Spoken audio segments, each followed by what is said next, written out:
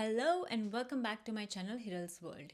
As of yesterday, Canada has stopped visitor visa to work permit conversion, and when I posted on Instagram I got so many questions. So today I thought, why not cover all of these questions and solve your doubts. And hey, if you're thinking that you're screwed after this, don't worry, I'm going to give you some tips and tricks because I have been one-on-one consulting with students and with study abroad as well as work abroad aspirants, and a lot of my students have actually got PR. So I'll be sharing those secret tips in terms of, if not this route, then which other route can you go through.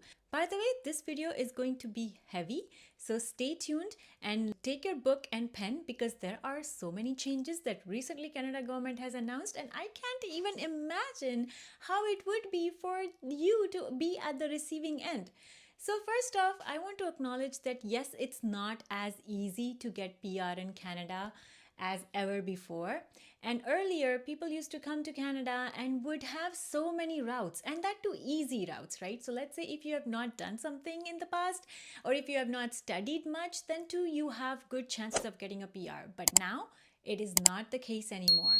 So as of August 28, 2024, immediately Canada government has stopped accepting visitor visa to work permit conversion. And what does it mean? So ideally, this visitor visa to work permit program had started back in COVID times when Canada needed more of temporary workers to work in Canada to meet the demands, right? And this program was supposed to be pilot program which was supposed to end somewhere in 2025. So they had actually said that they would be ending this program in 2025. But all of a sudden, yesterday, again, our immigration Mr. Mark Pillar has announced this change that starting immediately, this conversion visa is not going to be valid anymore. And what does it mean? So first off, let us start with a question of what is it and why it is so much more important and why is it creating so much of havoc. So let's suppose if you are somewhere living outside of Canada and you wanted to find a job in Canada. Now everybody knows that networking and different ways of meeting people can probably give you more edge over the other applicants. So similar things used to happen. People would come to Canada on visitor visa. They would start making connections, or sometimes they would find the employment while they are visiting Canada. And then they would get their visitor visa converted into work permit, which is the process that you need to apply from within Canada. Now, this used to be quite simple and quite popular route. I think back in 2020, when Canada wanted to get temporary foreign workers, the ratio that they were thinking of, the amount of workers that they were thinking of would be accounting for somewhere around 30%. But right now, that amount has increased way too much beyond the point where they have to bring in all of these immediate measures. Now, one must ask, why these immediate measures now, right? It's because next year, the Canadian elections are coming up. And, everybody knows that there is so much politics that's involved in immigrating to Canada, or immigrating to any other country for that matter, right? And this is not only Canada, right? Every country in some or the other way is experiencing issues and problems. So for instance, Germany is facing around 3.3% of unemployment rate, whereas US is facing around 4.2%. And so is UK too, somewhere very close to 4.2 or 5%. Now, these are all to account for people who are already living there and are looking for jobs, and they want to prioritize those people who are already in their country. And similar process is happening within Canada. So what does it mean? Does it mean that you are not going to get your work permit, or does it mean that you have no other chance of coming to Canada? Well, that's not the case.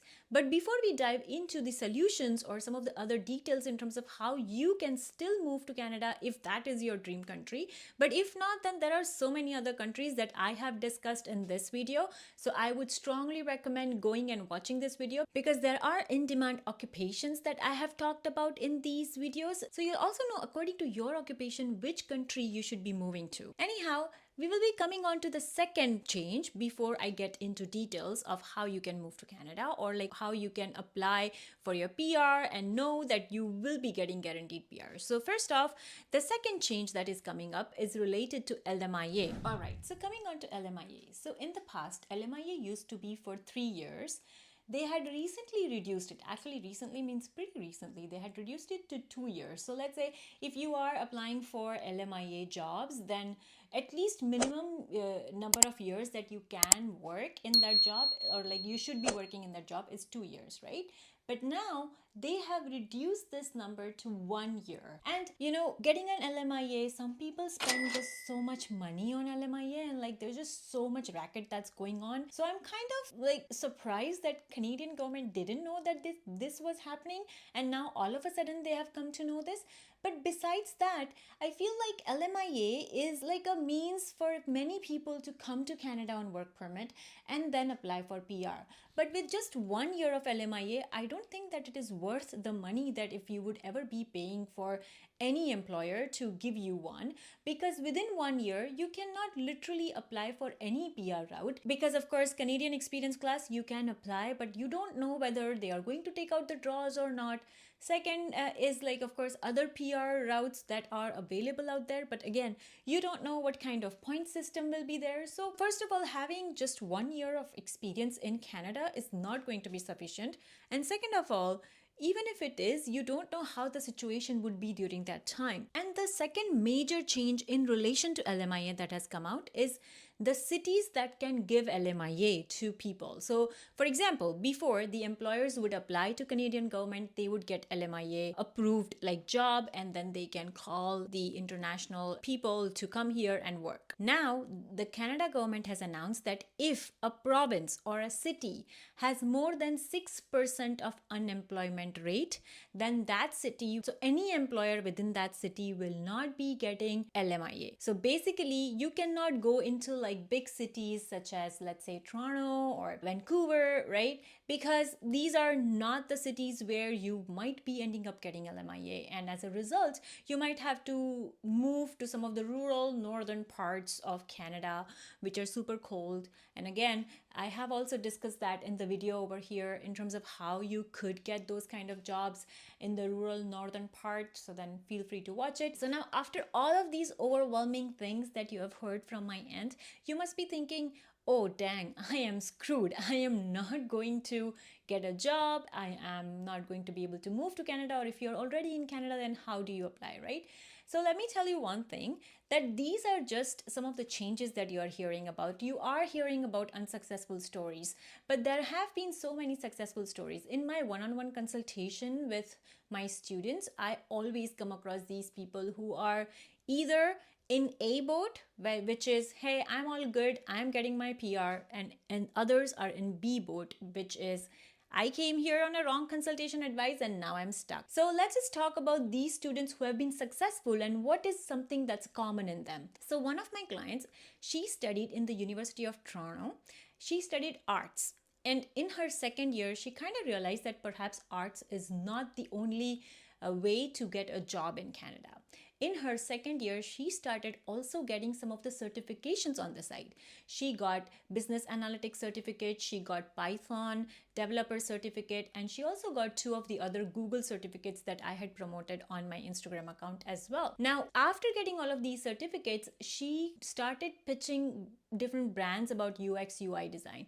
Right now, she's working with Meta, and Meta is sponsoring her PR for Canada. So that's one of the successful stories, right? Second student of mine came here on just 6 month certification program, which was for electrician. He was very good in understanding the electrician parts of it. He had only studied up to 12th grade, and then he got his electrician certificate. He passed those exams, and now he is a PR already, and he's working in a big firm as an electrician. So I mean, there is also something called planning ahead, understanding what kinds of jobs are in demand in this kind of country. And not only this country, I will tell you about every country that you go to. If you want to go to Germany, you go to Germany. But if you are, let's say, not in one of those high demand occupations, then you are probably not going to get a job, and probably you will be ending up not passing, right? So let's say if you want to go to Australia, same. If you are not in the high demand skills occupation list, you're not going to get a PR.